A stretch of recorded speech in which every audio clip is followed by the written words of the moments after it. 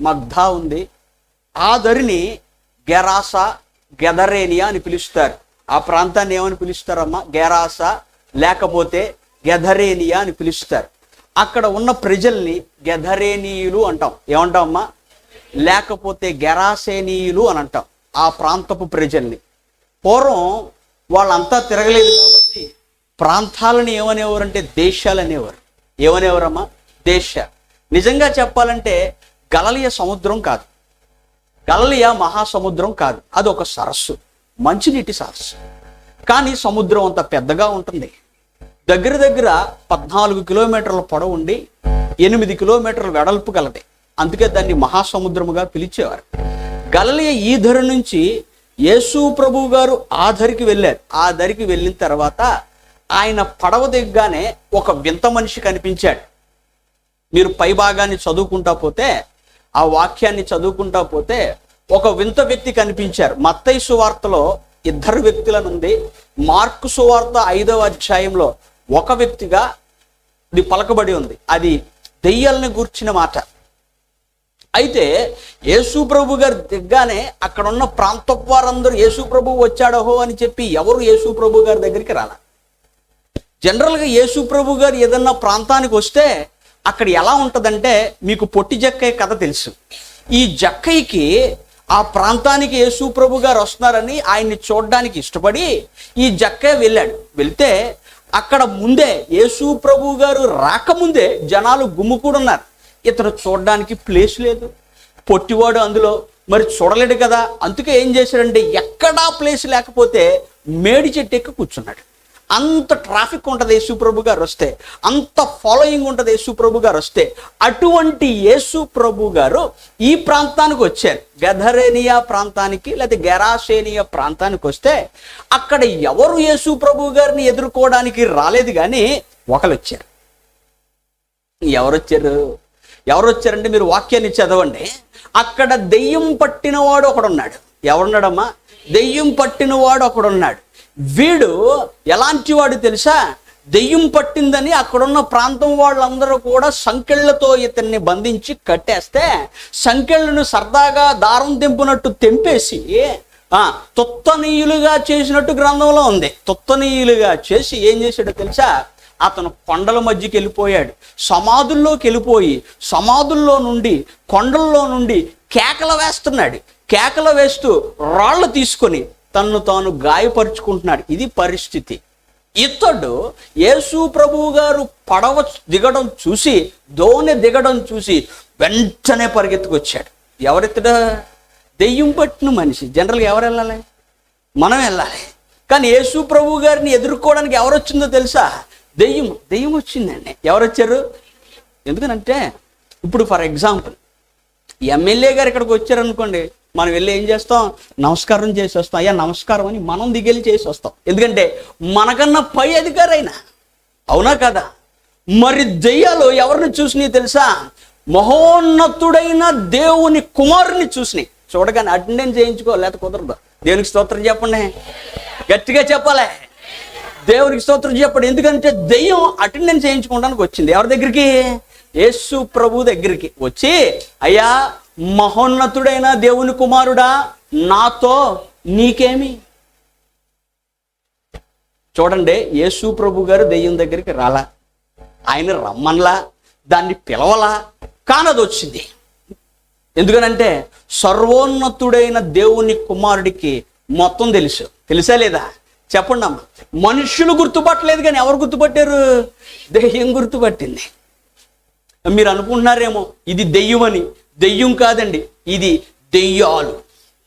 దాని పేరు అడిగితే ఏమని చెప్పిందో తెలుసా? దాని పేరు అడిగితే సేన అని చెప్పింది. ఏంటమ్మా?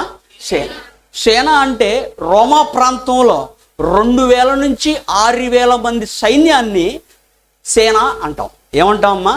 అంటే అతనిలో వసించుచున్న దెయ్యాలు ఎంతంటే 2000కు పైగా. ఎన్ని ఉన్నాయమ్మా? అందుకే యేసు ప్రభు గారిని వేడుకుంటున్నా, అయ్యా తిరిగి మళ్ళీ మమ్మల్ని పాతాళంలోకి పంపుకో. నీకు ఇష్టమైతే ఏం చేస్తావో తెలుసా? అదిగో ఆ పందుల గుంపులోకి పంపండి, పొమ్మని చెప్పి దేవుడు ఆజ్ఞ ఇవ్వగానే ఇవన్నీ కూడా వెళ్ళి పందుల్లోకి వెళ్ళి, పందులు పైనుంచి సముద్రంలో దూకి చచ్చిపోయినాయి. మొత్తం ఎన్ని చచ్చిపోయినాయి అంటే 2000 చచ్చిపోయినాయి. ఎన్ని చచ్చిపోయినాయమ్మా అంటే ఎన్ని దెయ్యాలు ఉన్నాయి చెప్పండి అమ్మ, ఎన్ని దెయ్యాలు ఉన్నాయి? 2000 ఆ పైనే ఉండొచ్చు. అంటే దెయ్యం వచ్చింది అటెండెన్స్ చేయించుకోవడానికి, వచ్చి యేసు ప్రభుతో మాట్లాడితే. ఇప్పుడు 2000 పందులు చచ్చిపోయినాయి కదా, అక్కడ పందులకు కాపర్లు ఉన్నారు. జనరల్గా మీరు గమనిస్తే మన ప్రాంతంలో పందులకి కాపర్లు ఉండరు, అక్కడ పందులకి కాపర్లు ఉన్నారు. మన ప్రాంతంలో గొర్రెలకు కాపర్లు ఉంటారు, అంతేనమ్మా. పశువులకు కాపర్లు ఉంటారు, పందులకు కాపర్లు ఉండరు. కానీ ఆ ప్రాంతంలో పందులకు కాపర్లు ఉన్నారు. వాళ్ళు ఏం చేశారంటే అవి చూసి వెంటనే ఊర్లోకి పరిగెత్తుకొని వెళ్ళిపోయి అక్కడ ఉన్న పెద్దలకి ఈ విషయం చెప్పారు. ఇప్పుడు ఈ పెద్దలు ఏం చేశారంటే పరిగెత్తుకొని వచ్చి చచ్చిపోయిన పందులను చూస్తున్నారు. దేన్ని చూస్తున్నారమ్మా చెప్పాలి, దేన్ని చూస్తున్నారు? మామూలుగా అయితే యేసుని చూడాలా, మామూలుగా అయితే దేవుని చూడాలా. వీళ్ళ చూపు ఎటువైపు ఉందంటే చచ్చిపోయిన 2000 పందుల వైపు ఉన్నాయి. వెంటనే వాళ్ళు అనుకుంటున్నారు, అయ్యా బాబు, పందులు మా జీవనోపాధి. గదరేనియా ప్రాంతం యొక్క జీవనోపాధి ఏంటంటే పందులు, పంది మాంసం. పందులు మా జీవనోపాధి, పందులు చంపేసేవయ్యా, మా జీవనం మీద కొట్టావు, మా కడుపు మీద కొట్టావు, కాబట్టి నువ్వు ఇక్కడి నుంచి వెళ్ళిపో అంటున్నారు.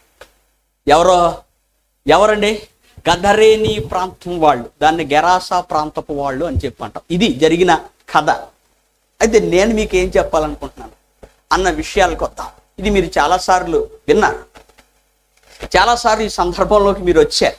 అయితే నేను ఒక్కసారి అసలు ఈ గదరేనియా వాళ్ళు లేకపోతే గెరాసా వాళ్ళు ఎవరు అన్న విషయాన్ని మీకు పరిచయం చేస్తాను.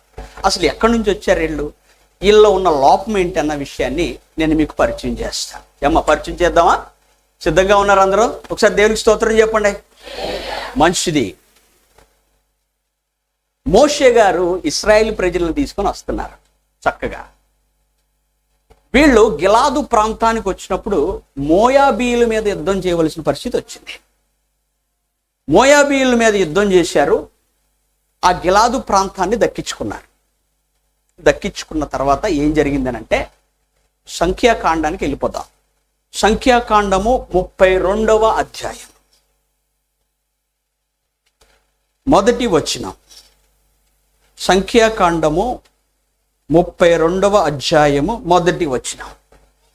రుబేనీయులను గాదీయులను అతి విస్తారమైన మందలుండెను గనుక యాజేరు ప్రదేశమును గిలాదు ప్రదేశమును మందలకు తగిన స్థలమని తెలుసుకొని వారు వచ్చి మోషేను యాజకుడగు ఎలియాజరును ప్రధానులతోనూ దీబోను యాజేరు షేబాము నెబో బోయాను అను స్థలములు అనగా ఇశ్రాయేలు సమాజము ఎదుట యెహోవా జయించిన దేశము, మందలకు తగిన ప్రదేశము. నీ సేవకులైన మాకు మందలు కలవు కాబట్టి ఆ ప్రాంతాన్ని మాకి. ఎలాగంట? ఇప్పుడు ఈ గాదీయులు ఇక్కడ చూస్తే మీరు గాదీయులు అనుంది. ఏముందనమ్మా? గాదీయులు, రూబేనీయులు అనుంది.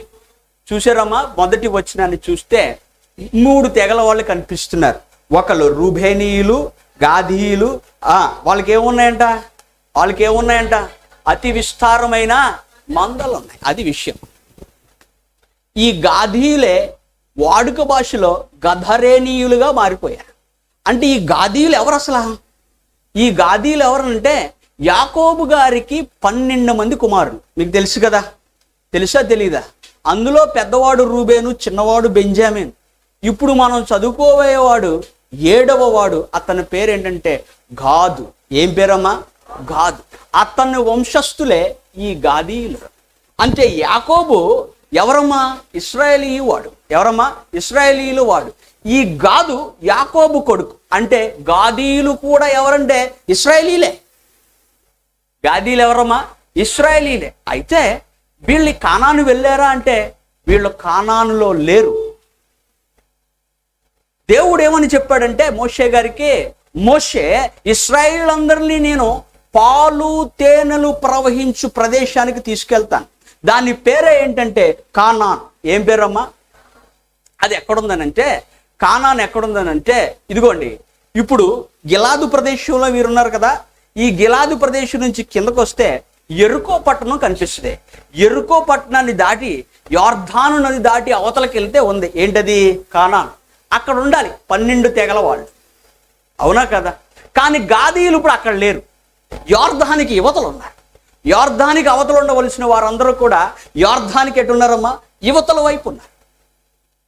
ఎందుకున్నారనంటే వీళ్ళు మోషే దగ్గరికి వెళ్ళి, ఎలియాజరు దగ్గరికి వెళ్ళి, ప్రధానుల దగ్గరికి వెళ్ళి, మోషే మాకు పశువులు ఉన్నాయి, గొర్రెలు ఉన్నాయి, అనేక మందలు ఉన్నాయి, అవి తినడానికి పచ్చిక ఈ గిలాదు ప్రాంతంలో చక్కగా దొరుకుతుంది, కాబట్టి ఈ ప్రాంతాన్ని మాకు రాసిచ్చాయి. ఎలాగో గెలిచాం కదా, ఈ ప్రాంతాన్ని మాకు స్వాస్యంగా ఇచ్చామని చెప్పి గాదు వారు మోషేని అడిగారు. అయితే మరి మోషే ఒప్పుకున్నాడమ్మా? మోషే ఒప్పుకున్నాడా? మోషే ఒప్పుకోలా. ఎందుకనంటే ఇశ్రాయేలీల వారి డెస్టినేషన్ ఏంటి? ఇశ్రాయేలీల వారి డెస్టినేషన్ ఏంటి? వాళ్ళ గోల్ ఏంటంటే కానాన్ను చేరాలి. ఎక్కడికి చేరాలి చెప్పండమ్మా? కానాన్ను చేరాలి. కానాన్ను చేరితే కానీ దేవుడు వాళ్ళకి చెప్పిన వాగ్దానం నెరవేరదు. ఇప్పుడు మోషే ఏమన్నాడంటే వాళ్ళతో, ఏవయ్యా ఇదేమన్నా సబబుగా ఉందా మీకు? మీ అన్నదమ్ములేంటో కనాన్ను పోయి అక్కడ వారితో పోరాడి దాన్ని స్వతంత్రించుకోవాలా? మీరంటే ఇక్కడ ఉండిపోతారా? ఒకవేళ మీరు ఇక్కడ ఉండిపోతే గనక సైన్యం తక్కువైపోద్ది, ధైర్యం తక్కువైపోద్ది, కాబట్టి మీరు వాళ్ళతో కూడా కనాను రండి. వచ్చిన తర్వాత అక్కడ యుద్ధం జయించిన తర్వాత మీ అన్నదమ్ములు అక్కడ సెటిల్ అయిన తర్వాత మీరు ఇటువైపు వచ్చేదిరుగానే చెప్పాను. ఆ ప్రకారమే కనాను వెళ్ళారు.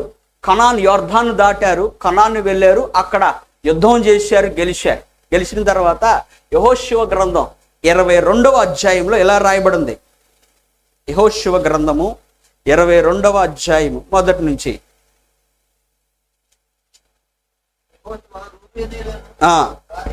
గాదీలను పిలిపించి మోషే మీకు ఆజ్ఞాపించినదంతయు మీరు చేసి ఉన్నారు, మరియు వాటన్నిటి విషయంలో నా మాట విని ఉన్నారు. బహుదినముల నుండి నేటి వరకు మీరు మీ సహోదరులను విడవక మీ దేవుడైన యెహోవా ఆజ్ఞను అనుసరించి నడిచి ఉన్నారు. ఇప్పుడు మీ దేవుడైన యెహోవా చెప్పినట్టు కలగజేసి ఉన్నాడు. కాబట్టి మోషే యొర్దాను అవతల మీకు స్వాస్యముగా ఇచ్చిన దేశంలో మీ నివాసములకు తిరిగి వెళ్ళండి. అది విషయం. అంటే ఈ గాదీలు కూడా ఎవరండి? ఇశ్రాయేలీలే. ఎవరమ్మా? ఇశ్రాయేలీలే. అమ్మ మీరు మౌనంగా ఉన్నారనుకో, వాక్యం మీకు అందట్లేదని నేను అనుకుంటాను. మీరు మాట్లాడుతూ ఉంటే వాక్యం మీకు అందుతుందని నేను అనుకుంటాను. ఏమా? ఇశ్రాయేలీలే. ఈ గాదీలు కూడా ఎవరంటే ఇశ్రాయేలీలే. వీళ్ళు వేరే తెగ వాళ్ళు ఏమి కాదు. వీళ్ళు యాకోబు యొక్క 7వ సంతానం. వాళ్ళు ఎక్కడున్నారంటే ఈ గిలాదు ప్రాంతంలో ఉన్నారు. అయితే మరి యాకోబు సంతానం కదా, యేసు ప్రభు గారు కూడా అక్కడి నుంచే వచ్చారు కదా. మరి ఎందుకు యేసు ప్రభు గారిని వీళ్ళు ఆహ్వానించలేకపోతున్నారు? ఎందుకు యేసు ప్రభు గారిని వీళ్ళు హత్తుకోలేకపోతున్నారు? ఎందుకు యేసు ప్రభు గారిని వీళ్ళు స్వస్థత కోసం ఉపయోగించుకోలేకపోతున్నారు అన్న విషయాల్ని ధ్యానిద్దాం. మొట్టమొదటి విషయం ఏంటి తెలుసా? దేవుడు వాగ్దానం చేసిన ప్రదేశం ఏంటండి ఇశ్రాయేలీలకి? ఏం ప్రదేశం అమ్మా? ఏం ప్రదేశం? కనాన్. వాగ్దాన భూమి కనాను అయితే దేవుడికి తెలీదా? మీకు మందలు ఉంటాయి, పశువులు ఉంటాయి అని దేవుడికి తెలీదా? తెలుసా లేదమ్మా? మీ ప్రతి అవసరత ఎవరికి తెలుసు చెప్పండి అమ్మా? దేవునికి తెలుసు కదా. కానీ ఆయన ఏం చేస్తాడంటే పరీక్షిస్తూ ఉంటాడు. ఇప్పుడు మందకి మేత వేయడానికి ఇక్కడ ప్రాంతం బాగుందని చెప్పి వీళ్ళు ఆశపడ్డారు. దేన్ని చూసి ఆశపడ్డారు? పచ్చికను చూసి ఆశపడ్డారు. దేనికోసం ఆశపడ్డారు? మందల కోసం ఆశపడ్డారు. ఈ మందలు లోకాశను తెలియజేస్తున్నాయి. వీళ్ళు లోకాశకు గురైపోయారు. దేనికి గురైపోయారమ్మా? లోకాశకు.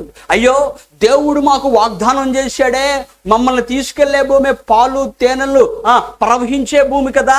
దేవుడు ఎన్నో కార్యాలు మా మధ్యలో చేశాడు. మన్నాని ఆకాశము నుండి కురిపించాడు, పూరిలను కురిపించాడు, సముద్రంను 2 పాయలుగా చేశాడు, అనేక యుద్ధాలు గెలిపించాడు. ఇదిగో చేదు విషపూరితమైన నీరును తీయగా మార్చిన దేవుడు మా కోసం అది చేయలేడా అని ఆలోచింపలేకపోయారు. లేక ఏమంటున్నారంటే, మాకు ఇది స్వస్థలంగా కావాలి. దేవుని చిత్తం నువ్వు ఎరగవు. దేవుని చిత్తం ఏంటంటే నిన్ను వాగ్దాన భూమిలోకి తీసుకెళ్ళాలని. దేవుని చిత్తం ఏంటంటే నిన్ను తన పరిధిలో పెట్టుకోవాలని. దేవుని చిత్తం ఏంటంటే నిన్ను తన సంరక్షణలో ఉంచాలని. కానీ నువ్వు వాగ్దాన భూమిలోకి రావు. ఎందుకనంటే నీ నేత్రాశ, శరీరాశ నిన్ను అక్కడి నుంచి వెనక్కి లాగేస్తా ఉంటుంది. ఇది ఎంత ఆశ కలిగిస్తుంది అంటే నువ్వు అనుకుంటావు, ఈ ఒక్కరోజే కదా ఆదివారం చర్చికి రాకపోతే ఏమైంది, ప్రతి ఆదివారం వెళ్తాను కదా, అయ్యో సండే స్కూల్ మానేస్తే ఏమైంది, పెద్ద చర్చికి వెళ్తాను, ఒక అరగంట లేట్ అయితే ఏమైంది. కొంతమంది అనుకుంటారు, అన్న చాలా అర్జెంటు పని మీద వెళ్తున్నాను, ఆదివారం ఆరాధనకు రాలేను. అన్నిటికన్నా అర్జెంటు పని ఏంటంటే ఆదివారం ఆరాధనకు రావడం. ఇటువంటివన్నీ మనం ఏం చేస్తామంటే ఏమవుద్ది ఒక్కసారి అలాగే అనుకున్నారు. మేమేమి తప్పు అడగట్లేదు కదా, మా మందలకు ఆహారం కావాలి కాబట్టి మేము ఇక్కడ ఉంటాం. దేవుని యొక్క వాగ్దానాన్ని, వాగ్దాన భూమిని మరిచిపోయారు. నువ్వు కూడా అలాగే చేస్తున్నావు ఈరోజు. నువ్వు కూడా నీ ఆశలకు పోయి, సొంత లాభాలకు పోయి, సొంత పనును చూసుకుంటూ దేవునికి దూరంగా జరిగిపోతున్నావు. ఏమైందో తెలుసా, వీళ్ళు దూరంగా ఉన్నారు. ఎవరికి? కనాను దేశానికి దూరంగా ఉన్నారు. వీళ్ళలో అన్యులు కలవడం మొదలుపెట్టారు, బయటి వారికి పెండ్లకి ఇవ్వడం మొదలుపెట్టారు. ఆఖరికి గొర్రెల మందలు పోయినాయి, పశువులు పోయినాయి, గడ్డి మేసేవన్నీ పోయినాయి.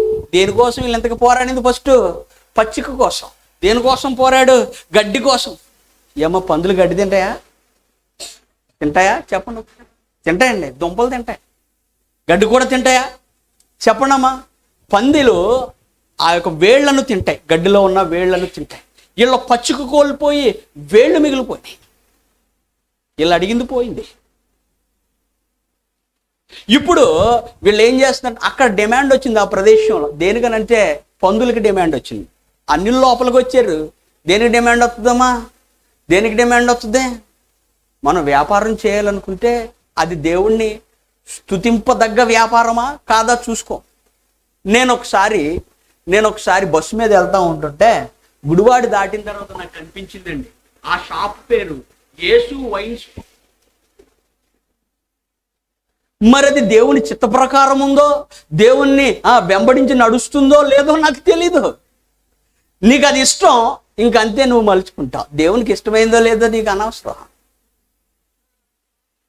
మారిపోయింది. నీకు ఇష్టం వచ్చిన పని నువ్వు చేస్తావు. అయ్యా ఆయన నేను అడిగితే వెళ్ళి, అయ్యా ఏంటిది అని అంటే, అదేంటి అయ్య గారు 10వ వంతు ఇస్తున్నాను కదా, 10వ వంతు తప్పగా తీసేస్తున్నాను కదా అంటాడు. చాలా తప్పండి. దేవునికి విరోధంగా నిర్మించబడిన ఏ ఆయుధం వర్ధిల్లదు. మొదట నువ్వు గొప్పగా కనిపిస్తావు, కానీ తుదకు నీ పరిస్థితి విపరీతమైన స్థితి అయిపోతుంది. దేవుడు చెప్తున్నాడు చాలా స్పష్టంగా, ఆయన వాగ్దాన భూములకు నిన్ను తీసుకెళ్దాం అనుకుంటున్నాడు.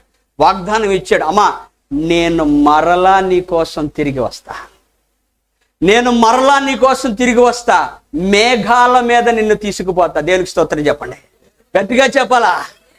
మరి ఆ వాగ్దాన భూములోకి ప్రవేశించకుండా నువ్వు బయట చూపులు చూస్తే, శారీరక విషయాల మీద ధ్యాస పెడితే దేవుడు నిన్ను దూరపరుస్తాడు. ఇప్పుడు అదే పరిస్థితి వచ్చింది.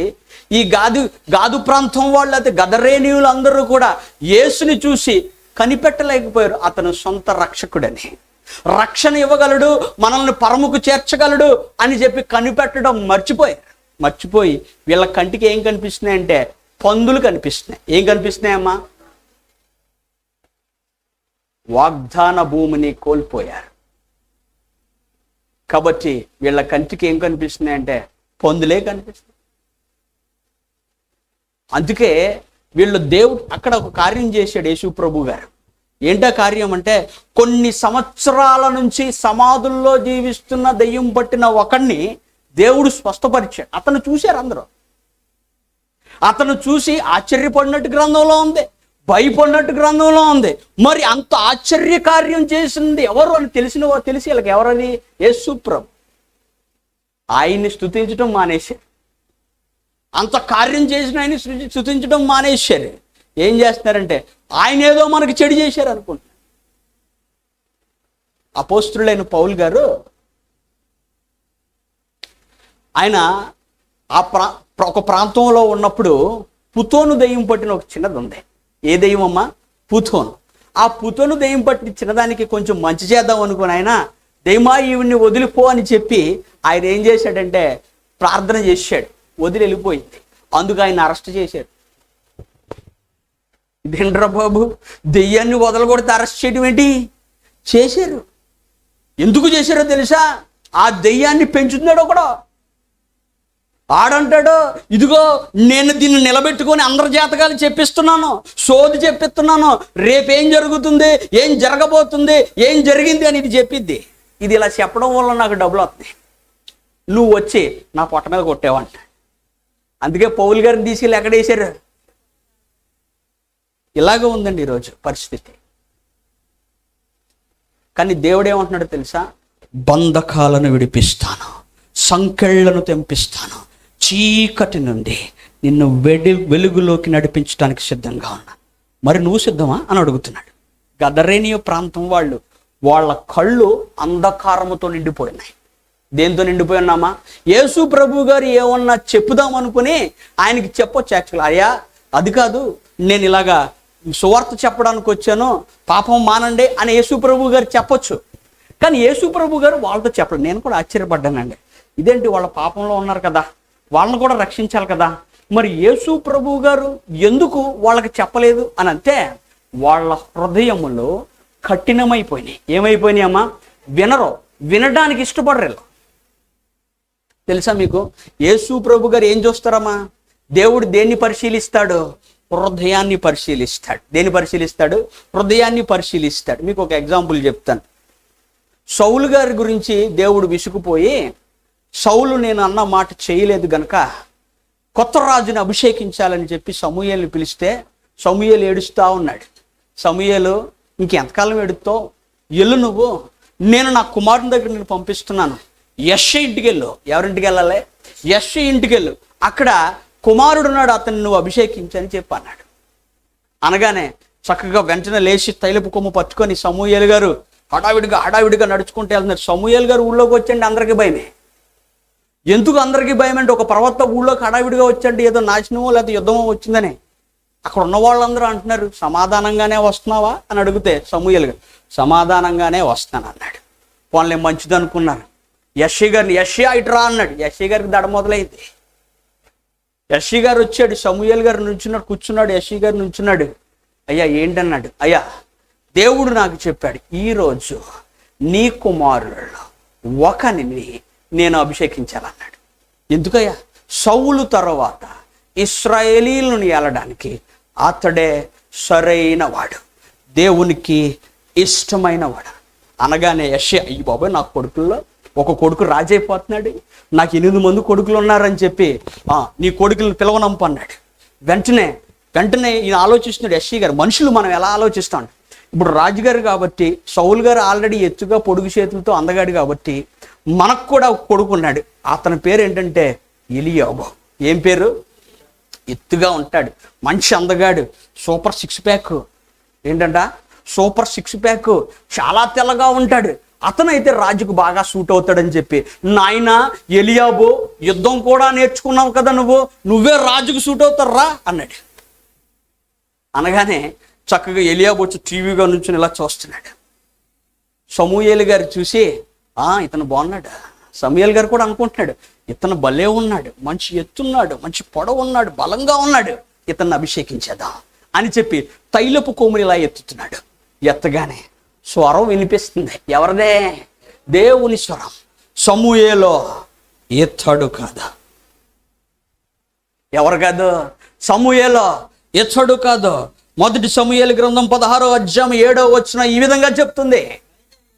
అయితే యెహోవా సమూయేలుతో ఇలాగ సెలవిచ్చున్నాడు, నేను రూపమును అతను ఎత్తును లక్ష్య పెట్టు వాడను కాదు, మనుష్యులు లక్ష్య పెట్టు వాడిని యెహోవా లక్ష్య పెట్టడు. అతనిని నేను త్రోసివేసి ఉన్నాను. మనుష్యులు పై రూపమును లక్ష్య పెట్టుదురు గాని యెహోవా హృదయమును లక్ష్య పెడతాను అనగానే సమూయేలు అన్నాడు, యెష్షయి గారు ఇతను కాదన్నాడు. అనగానే ఆయన అనుకున్నాడు, పెద్దవాడు కాకపోతే రెండోవాడు సూపర్, రెండోవాడు కూడా మంచి అందగాడు, మంచి బలశాలి అని చెప్పి అబీనాదాబుని పిలిచాడు. అబీనాదాబు నుంచున్నాడు. సమూయేలు పర్లేదు ఇతను కూడా బాగానే ఉన్నాడని తైలపు కొమ్ము మళ్ళీ తీసాడు. వెంటనే స్వరం వినిపిస్తుంది, ఏమనంటే, నాయనా ఇతను కాదు, ఇతను కాదన్నాడు. మళ్ళీ సమూయేలు, యెష్షయి గారు మూడో అబ్బాయిని పిలుస్తా షమ్మాని పిలుస్తాను మూడో ఆయన్ని అని చెప్పి మూడో ఆయన తీసుకొచ్చి నుంచోబెట్టాడు. సమూయేలు గారు, యేసయ్యా అభిషేకించమంటావా, యెహోవా అభిషేకించమంటావా అని అడిగాడు. ఆయన అంటాడు, ఇతను కూడా కాదు. యెష్షయి గారు చక్కగా ఒకటెనకల ఒకళ్ళని 7 నుంచోబెట్టాడు. 7 కాదన్నాడు దేవుడు. సమూయేలుకి నీరసం వచ్చి అన్నాడు, యెష్షయా ఎందుకయ్యా ఇలా చేస్తాను నువ్వు, ఇంకెవరైనా ఉన్నారా నీకు? ఒకడు ఉన్నాడులేండి, వాడు చిన్నవాడు, పెద్ద అందగాడు కాదు, ఎత్తుగా ఉండడు, బలంగా ఉండడు, పైగా ఆడు గొర్రెలు కాస్తున్నాడండి. ఆడి దగ్గర గొర్రెలు కంపు, ఆడి దగ్గర ఏం కంపు? గొర్రెలు కంపు. ఆడు పరిగిరాడండి దీనికే. యెష్షయా నువ్వు పిలిపించు అనగానే ఎలియాబు వెళ్ళాడు. ఎలియాబు పిలుస్తున్నాడు. ఎలియాబు అనుకుంటున్నాడు, నేనే అవ్వలేదు, ఇంత ఎత్తుగా ఉంటాను, ఇంత బలశాలిని, ఇంత స్మార్ట్గా ఉంటాను, నాకు 8 ప్యాక్ 6 ప్యాక్ ఉన్న నేనే అవ్వలేదు, ఈడేమవుతాడు అని చెప్పి ఆ తమ్ముడు నాన్న పిలుతున్నాడు రా నిన్ను అన్నాడు. గొర్రెల మంది దగ్గరికి వచ్చి, నన్న వస్తున్నానని నేను వెళ్ళేటప్పటికి చక్కగా సితారట్టుకొని దేవుణ్ణి స్తుతించుడి అని చెప్పి పాడుతున్నాడు. ఎవరమ్మా? దావీదు గారు చక్కగా పాడుతున్నాడు. రమ్మన్నాడు. సితార్ పక్కన పోయి వెనకాల తగిలించుకొని చక్కగా నడుచుకుంటా వచ్చాడు. ఇప్పుడు 7 అన్నదమ్ములు నుంచున్నారు. యెష్షయి గారు ఇటువైపు నుంచున్నాడు, ఇక్కడ సమూయేలు గారు నుంచున్నారు. అక్కడ ఆవరణం యొక్క గేట్ ఉంది. ఆ గేటు తీసి దావీదు ఇలా అడిగి వేశాడు. ఇగానే స్వరము గంభీరంగా వినిపిస్తుంది, ఇతడే, దేవునికి స్తోత్రం చెప్పండి, ఇతడే నాకు ఇష్టమైన వాడు, నేను ఎన్నుకున్నవాడు ఇతడే. వెంటనే సమూయేలు నుంచి లేచి తైలపు కొమ్మను తీసుకున్నాడు. నాయనా ఇట్రా అన్నాడు. మోకాళ్ళ మీద దావీదు కూర్చున్నాడు, అభిషేకించాడు. దేవునికి స్తోత్రం చెప్పండి. దేవుడు దావీదు యొక్క హృదయాన్ని చూశాడు. అందుకే ఉన్నాడు తెలుసా, ఇతడు నా హృదయానుసారుడు. ఏమని పిలుస్తున్నాడు చెప్పాలి? ఇతడు నా హృదయానుసారుడు. దేవునికి స్తోత్రం చెప్పండి. దేవుడు హృదయాన్ని లెక్క పెడతాడు, హృదయాన్ని లక్ష్య పెడతాడు, శరీరాన్ని కాదు. హృదయం చూశాడు యేసుప్రభు గదరేనీయుల హృదయాన్ని చూశాడు. అస్సలు కఠినంగా ఉంది, రాయిలాగా ఉంది, మాట వినే ప్రకారం ఏం కనిపించట్లా. వాళ్ళ హృదయం అంతా కూడా లోకాశతో నిండిపోయింది. వాళ్ళ హృదయం అంతా కూడా పందుల మీద ఉంది. వాళ్ళ హృదయము మలినమైపోయింది. అమ్మా, దేవుడు నీ హృదయంలోకి రావాలంటే నువ్వు శుద్ధిని కావాలా, నీ పాపములను ఒప్పుకోవాలా, కడగబడాలా. అప్పుడే దేవుడు నీ హృదయంలోకి వస్తాడు. గదరేని వాళ్ళ పరిస్థితి ఇలా ఉంటే నేను మీకు ఇంకొక వారిని పరిచయం చేస్తాను. పరిచయం చేయమంటారమ్మా? ఇంకొక ప్రాంతపు వారిని పరిచయం చేస్తాను. చూద్దాం ఒకసారి చూద్దాం. మార్కు సువార్త 6వ అధ్యాయం.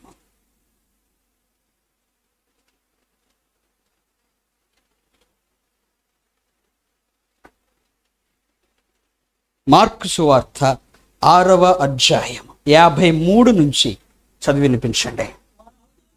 వారు అవతలకు వెళ్ళి గెన్నేసరెతు ఒడ్డుకు వచ్చి వారు దోణి దిగగానే జనులు ఆయనను గుర్తుపట్టి ఆ ప్రదేశమంతటా పరిగెత్తుకొని పోయి ఆయన ఉన్నాడని వినున చోటునకు రోగులను మంచముల మీద మోసుకొని వచ్చుటకు మొదలుపెట్టిరి. గ్రామములలోను పట్టణములలోను పల్లెటూళ్లలోను ఆయన ఎక్కడెక్కడ ప్రవేశించారో అక్కడ జనులు రోగులను సంత వీధులలో ఉంచి వారిని ఆయన వస్త్రపు చెంగు మాత్రం ముట్టదమని ఆయనను వేడుకొనిరి. ఆయనను ముట్టిన వారందరూ దేవునికి స్తోత్రం చెప్పండి, గట్టిగా చెప్పాలా. ఇది వేరే ప్రాంతపు వారి. ఆ ప్రాంతపు వారేమో గదరేనీయులో, ఈ ప్రాంతపు వారేమో గెన్నేసరేతు వాళ్ళు. ఎవరు ఈ గెన్నేసరేతు వాళ్ళు? మళ్ళీ క్వశ్చనే. చూద్దామా గెన్నేసరేతు వాళ్ళ గురించి చూద్దామా. యెహోషువ గ్రంథము 19వ అధ్యాయం. అమ్మ నేను కూడా మీతో పాటు తీస్తాను, అందుకు కొంచెం లేట్ అది ప్రాబ్లం లేదు. యెహోషువ గ్రంథము 19వ అధ్యాయం.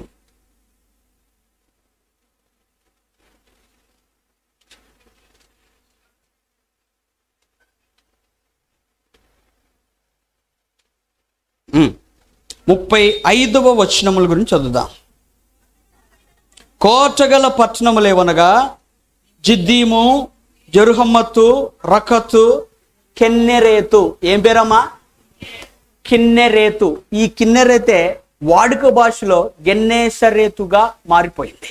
ఈ ప్లేస్ పేరేంటమ్మా? కిన్నెరేతు. ఇదే వాడుక భాషలో గెన్నేసరేతుగా మారిపోయింది. 39వ వచనం చూడండి. ఆ పట్టణములు వాటి పల్లెలు వారి వంశముల చప్పున నఫ్తాలీల గోత్రములకు కలిగిన స్వాస్యం. నఫ్తాలి యాకోబు గారి 6వ కుమారుడు. దేవునికి స్తోత్రం చెప్పండి, గట్టిగా చెప్పాలా. అండ్ వీళ్ళ కూడా ఎవరో ఇశ్రాయేలీలే. వీళ్ళెవరో ఇశ్రాయేలీలే. ఈ నఫ్తాలీలు కూడా ఎవరంటే ఇశ్రాయేలులే. యాకోబు గారి 6వ కుమారుల సంతానం. ఈ గిన్నెసరేతు ప్రాంతంలో నివసించేవారు. ఒకసారి సర్దాక మీ అందరి దగ్గర బైబిల్ ఉన్నాయమ్మా? బైబిల్ ఉన్న వారందరూ నాకు చూపించండి ఒకసారి. యూత్ దగ్గర ఉన్నాయా? మంచిది. మనందరం ఒక మ్యాప్ని చూద్దాం. తెలుసా మీకు బైబిల్ వెనకాల మ్యాప్లు ఉంటాయని తెలుసా? కొత్త నిబంధన కాలపు పాలస్తీనా అని ఒక మ్యాప్ ఉంటుంది. తీయాలి మీరు నా కోసం. కొత్త నిబంధన కాలపు పాలస్తీనా అని ఉంటుంది. మీరు దాన్ని తీయండి నా కోసం. చూసారా? అక్కడ మీరు చూస్తే మధ్యలో గలలియా అని ఉంది. కనిపించిందా? ఆ గలలియా దగ్గర చిన్నగా శంఖం షేపులో ఉంది చూడండి, గలలియా మహాసముద్రం అని. కనిపించిందా లేదా? చిన్నగా ఉంది. ఆ గలలియా మహాసముద్రం ఒడ్డున ఇటువైపు అంటే మీరు చూస్తుంటే రైట్ సైడ్ ఒక డాట్ పెట్టి గెరాసా అని ఉంది. చూసారా లేదా? ఇదే గెదరేనీయుల ప్రాంతం. ఎగ్జాక్ట్గా దానికి ఆపోజిట్గా చూస్తే మీకు మగ్దాలా, కపెర్నహూము అని కనిపిస్తున్నాయి లేదా? మగ్దాలా, కపెర్నహూము. వాటి రెండిట్ల మధ్యలో ఉంటుంది ఏంటనంటే అది గెన్నేసరేతు. అంటే గెరాసా, గెన్నేసరేతు రెండు ఎలా ఉన్నాయంటే ఆపోజిట్ డైరెక్షన్లో ఉన్నాయి. ఒకదానికి ఒకటి ఎదురుగా ఉన్నాయి, ఒకదానికి ఒకటి ఆపోజిట్ డైరెక్షన్లో ఉన్నాయి. ఏంటంటే గెరాసా లేకపోతే గెదరేనియా మరియు గెన్నేసరేతు. ఇప్పుడు ఆ గెన్నేసరేతు ఉన్న ప్రాంతాన్ని అంతటిని గెలలియా లేకపోతే కానాను ప్రదేశం అంటాం. ఏమంటామమ్మా? కానాను ప్రదేశం. గెన్నేసరేతు ఎక్కడ ఉందనంటే కానాను ప్రదేశంలో ఉంది. దేవునికి స్తోత్రం చెప్పండి. కానాను ప్రదేశం ఏ భూమి చెప్పాలండి? వాగ్దాన భూమి. ఏం భూమి? దేవుడు వాగ్దానం చేశాడా లేదా? ఈ గెన్నేసరేతు వాళ్ళందరూ కూడా వాగ్దాన భూమిలో ఉన్నారు. గెరాసా వాళ్ళందరూ కూడా వాగ్దాన భూమిలో లేరు. వాగ్దాన భూమిలో ఉన్నారంటే దేవుని సంరక్షణలో ఉన్నారు. దేవుని సంరక్షణలో ఉన్నారంటే అపవాదికి దూరంగా ఉన్నారు, చీకటికి దూరంగా ఉన్నారు, అంధకారానికి దూరంగా ఉన్నారు, మేలుకు దగ్గరగా ఉన్నారు. దేవునికి స్తోత్రం చెప్పండి. అది విషయం. దేవునికి దగ్గరగా ఉన్న వాళ్ళందరికీ దేవుడు స్వస్థపరచక మానడు, నీకు మంచి చేయక మానడు. వాగ్దాన భూమిలో ఉండాలి. ఎలాగైతే గెన్నేసరేతు వాళ్ళు వాగ్దాన భూమిలో ఉన్నారో అలాగే మనము కూడా ఎలా ఉండాలమ్మా? వాగ్దాన భూమిలో ఉండాలి. ఇలా వాగ్దానాల భూమిలో ఉన్నారు, దేవుని యందు విశ్వాసం కలిగి ఉన్నారు. ఏం కలిగి ఉన్నారమ్మా? విశ్వాసం కలిగి ఉన్నారు. అందుకే యేసు ప్రభు రాక కొరకు కనిపెడుతున్నారు. ఇప్పుడు చూడండి, ఇక్కడ యేసు ప్రభు గారిని చూడగానే వెంటనే వాళ్ళ పనులు చేసుకోవాలి.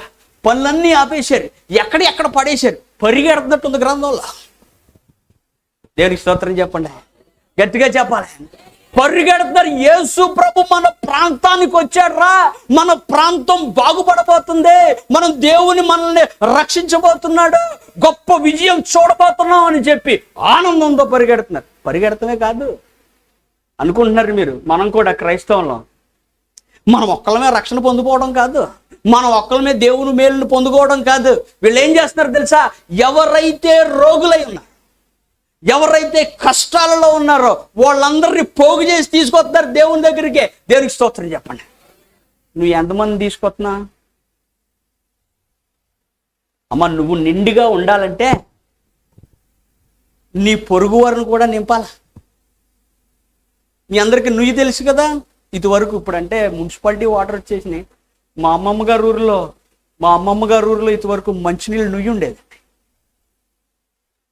ఏం చేసామంటే సమ్మర్లో ఆ వాటర్ని తోడే కొద్ది ఏమవుద్దమ్మా చెప్పండి అమ్మా? అయిపోతాయా? ఓరతాయి. మీరు కూడా మీలో నుంచి నీళ్ళు ఇతరుల పాత్రలు నింపాలి. ఒకసారి ఎలీషా గారి దగ్గర ఒక శిష్యుడు ఉన్నాడు, ఆయన చనిపోయాడు. ఆయన భార్య పరిగెత్తుకుంటూ ఎలీషా గారి దగ్గరకు వచ్చింది. అయ్యా, అప్పులు వాళ్ళని చంపేస్తున్నారు, నా భర్త ఏంటో నీ దగ్గర శిష్యుడిగా చేసేది, రూపాయి జీతం లేదా? ఏమ్మా, దేవుని సేవలకి ఏముండదు జీతాలు, రూపాయి జీతం లేదా? ఏం చేయమంటావు ఇప్పుడు? అప్పుల వారికి ఏం సమాధానం చెప్పమంటావు అని అడిగింది. ఎవరినే? ఎలీషా గారు. అమ్మా, ఓ పని చేయి, నీ ఇంట్లో ఏముంది? నా ఇంట్లో ఏముంది అయ్య గారు? చిన్న బుడ్డులో నూనె ఉంది, మిగతా పాత్రలన్నీ ఖాళీ అంది. అయితే ఓ పని చేయి, ఆ నూనె తీసుకురా, నీ పాత్రలన్నీ తీసుకురా, ఖాళీగా ఉన్నాయి. మళ్ళీ చెప్తున్నాను, నీ పాత్రలన్నీ తీసుకురా, ఖాళీగా ఉన్నాయి. నీ పాత్రలే కాదు, ఇరుగు పొరుగు వారి పాత్రలు కూడా తీసుకురామని. దేవునికి స్తోత్రం చెప్పండి. పక్కింటి వారిని అడుగో, ఎదురింటి వాడిని అడుగో, ఆ పక్కింటి వాడిని అడుగో, అందరు పాత్రలు పట్టుకొచ్చే, నీకు ఎన్ని సాధ్యమైతే అన్ని ఖాళీ పాత్రలు పట్టుకొచ్చామన్నాడు. పట్టుకొచ్చింది, ప్రార్థన చేసాడు. అంటున్నాడు ఆయన, అమ్మ బుడ్డిలో నూనె దాంట్లో కొంపు అన్నాడు. ఏంటయ్య గారు, 200 పాత్రలు ఉన్నాయి, ఇంత బుడ్డ ఉంది, దీనిలోంచి అమ్మంటారా మీరు? వంపమ్మ అన్నాడు. ప్రార్థన చేసే వంపుతా ఉంది. అయిపోతుందా? చెప్పాలమ్మా, అయిపోతుందా? ఆఖరికి ఎక్కడ దాకా వచ్చిందంటే ఇక పాత్రలే. ఆవిడంది, అయ్యగారు నేను ఇక తేలనండి, నా వల్ల కాదండి. అప్పుడు బుడ్డిలో నూనె అయిపోయినట్టు గ్రంథంలో రాయబడం. దేవునికి స్తోత్రం చెప్పండి.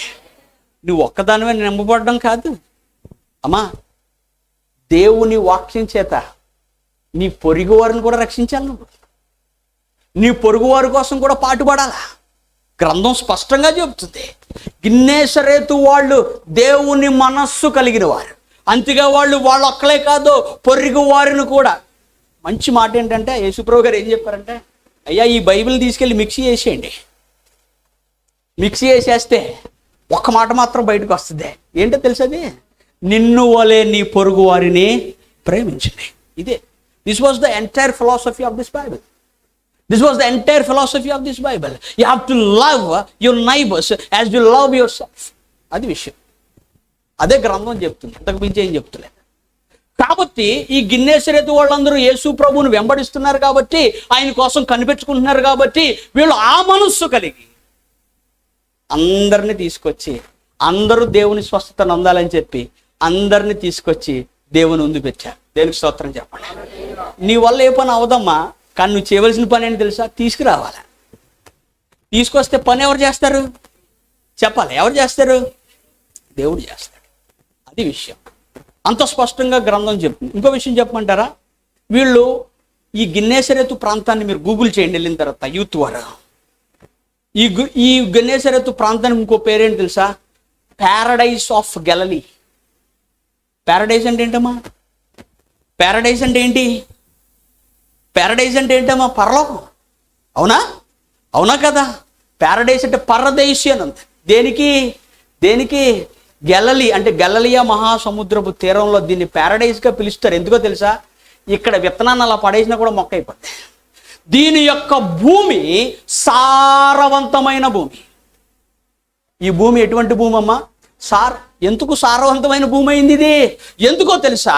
ఈ భూమిలో నివసించు ప్రజలందరూ దేవునికి లోబడి ఉన్నారు. దేవునికి స్తోత్రం చెప్పండి, గట్టిగా చెప్పాలా? ఇదిగో ఈరోజు నువ్వు చేసే ప్రతి ప్రయత్నం ఫలించాలంటే దేవునికి లోబడి ఉండాలి, దేవునికి కనిపెట్టుకొని ఉండాలి. అంతేగాని లోకాశతో నిండిపోయి కళ్ళల్లో పెట్టేసుకొని నా వ్యాపారం ఏమైపోద్దో, నా శరీరం ఏమైపోద్దో, నా బిడ్డలు ఏమైపోతారో అనుకోకూడదు. గ్రంథం చెప్తుంది, నీ చింత యావత్తు ఎవరు కావాలి చెప్పండి అమ్మా? మీ చింత యావత్తు నాకు ఇచ్చేయండి. ప్రయాసపడి భారం మోసుకెళ్ళు జనాంగమా, give it to me, I will take it. నేను మీకు విశ్రాంతిని ఇస్తాను. రిటర్న్లో మీకు ఏమి ఇస్తానో తెలుసా? మీరు నాకు శ్రమలు ఇస్తే రిటర్న్లో నేను మీకు విశ్రాంతిని ఇస్తాను. దేవునికి స్తోత్రం చెప్పండి. ఎవరండి ఈ ఆఫర్ ఇచ్చేది? ఎవరిస్తారు? ఎవరెవరు? యేసు ప్రభువు తప్ప ఎవరు ఇవ్వలేరు. ఈరోజు నేర్చుకోండి. భూమి సారవంతంగా మారింది. అక్కడ జనులు సంతోషాలతో ఉన్నారు. అక్కడ జనులకు అదంతా ఒక పరదేశిలా కనిపిస్తూ ఉంది. మిరకల్స్ జరుగుతున్నాయి. కుంటి వాళ్ళకి కాళ్ళు వస్తున్నాయి, గుడ్డి వాళ్ళకి కళ్ళు వస్తున్నాయి, ఊచ కాళ్ళు చేతులు గలవారికి కాళ్ళు చేతులు బాగు చేయబడుతున్నాయి, కుష్టి వాళ్ళు అందరూ కూడా స్వస్థపరచబడుతున్నారు. వై? బికాస్ వాళ్ళు దేవుని దృష్టిలో ఉన్నారు. ఈరోజు నువ్వు గమనించు, ఇంతసేపు 2 వాక్యాలు చెప్పి నిన్ను బలవంతం చేసేదేమీ లేదు. నిన్ను ఒకసారి హృదయం మీద చేయి వేసుకో. నువ్వు దేవుని వాగ్దాన ప్రదేశంలోనే ఉన్నావా? దేవుణ్ణి ఆహ్వానించువాడుగా ఉన్నావా? మీకు విషయం తెలుసా? ఈ గిన్నేసరేతు వాళ్ళు మంచి విశ్వాసులు. ఎందుకు విశ్వాసం వచ్చింది తెలుసా వాళ్ళకే? లూకా సువార్త 5వ అధ్యాయం చూస్తే మొదటి వచనాల్లో, లూకా సువార్త 5వ అధ్యాయం, లూకా సువార్త 5వ అధ్యాయం మొదటి వచనాల్లో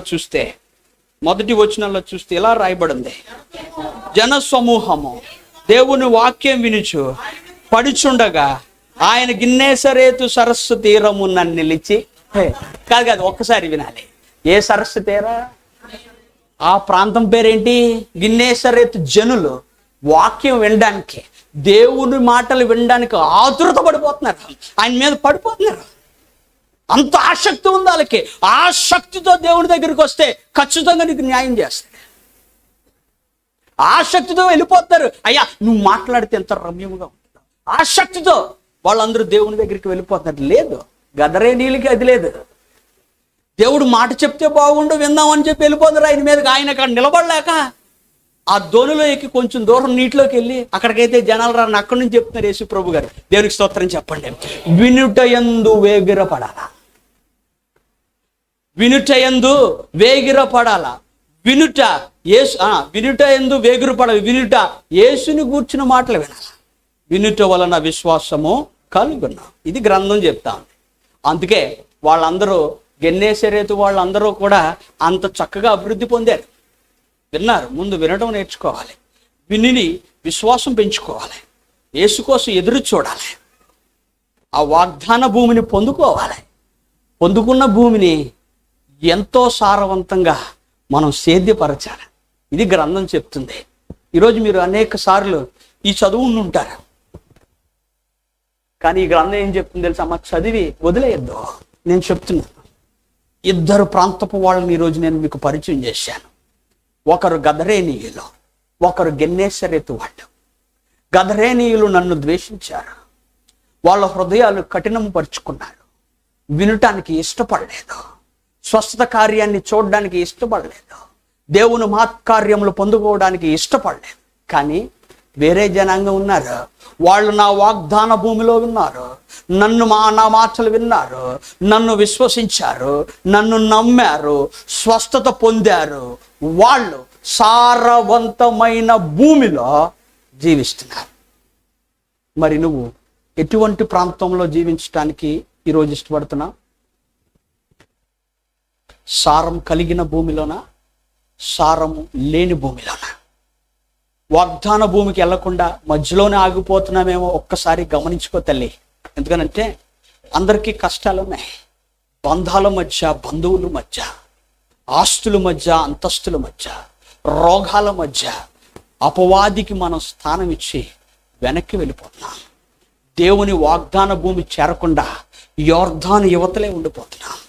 మనం రక్షణ ఉందని అనుకుంటున్నాం. మనందరం ఏమనుకుంటున్నామంటే గదరేనీయులంటే యాకోబు సంతానం, ఇశ్రాయేల్, మేము ఇశ్రాయేలువే కదా అనుకుంటున్నాం.